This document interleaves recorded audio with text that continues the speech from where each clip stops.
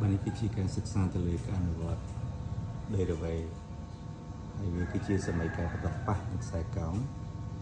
นี่คือการลึกคลักๆสำหรับการวัดระดับสมัยการประดับป่ะได้ยังดังทะเลการจำนวนม้วนประดับแบบนี้อีกระดับสมัยเอพริมในเอชโรกระต่ายดอกเอชโรบวกอีกระดับเอชโรนี่คือลงการวัดที่ม้วน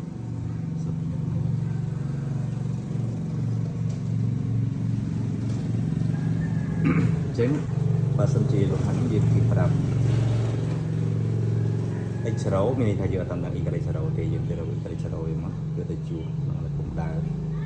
จึงบานลำลายตอนนั้นขึ้นมวยตอนที่ยังgiờ nó cũng đào máu thì xài cầu mình như thế thì đây là vậy nhưng giờไอ้เชราchủ chốtคือไอ้เชราสมาร์ทchủ chốtจะเคยเช็ดสไลด์คือดอกใบให้ยังอันนั้นวัดปลาเราก็มุนสมัยการประทอดเตะเดิมเรื่องมันคือแบบนี้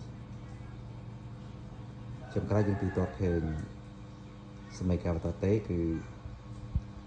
อีกริสมาดอกใบเอ็กบวกกับปลาคานวิ่งคือชีลมหัติปีเราสมัยการประทอดเตะแต่ปังหนึ่งกราบเซแต่กราบเซคืออีกริสมาหนึ่งเอ็นเอ็กอีกคลิปดอกบนไอตรังจำนวนอาមានអាប់ស៊ីមួយអរណេដក3ហើយបន្ទាប់ពីនោះគេឲ្យយើងសួររកក៏អរណេនៃចំណុចប្រសពមួយទៀតរវាងបន្តដេមិញហ្នឹងជាមួយនឹងក្រាបសេនៅក្នុងនេះគូបានសង្ខេបខ្លីបន្តិចបន្តដេប៉ះក្រាបសេត្រង់អាដែលមានក៏អរណេគឺអាប់ស៊ីស្មើ1អរណេដក3ហើយយើងអនុវត្តបន្តដេគឺរូបមន្ត y ស្មើនឹង s' x កតា x ដក x បូក y គូបានតាមផ្កាយមួយហើយបន្តមកទៀតគឺយកអនុគមខាងលើយកមកដេរវេឲ្យគឺជួសx ចូល x យើងគឺស្មើនឹង1អញ្ចឹងយកមួយទៅជួសចូលយើងឃើញមានគុណប្រតិមានគុណប្រតិ x x យើងគឺជួស1ចូលមកយើងឃើញដក1បន្តមកទៀតយើងអនុវត្តទៅចំនួនលើផ្កាយវិញយើងឃើញ y ស្មើនឹងដក1នោះគឺជាមានគុណប្រតិហើយកតា x ដក x ដក x គឺ1យើងជួស y ចូលដក3ទូទាត់យើងឃើញបន្តដេជាចម្លើយ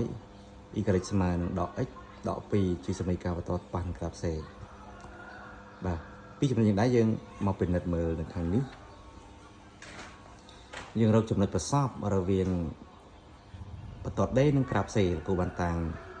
ចំណុច B ដែលមានកអរណេវាគឺ x y យើងកំពុងតរយើងបានសរសេរចេញមកគឺក្រាបសេ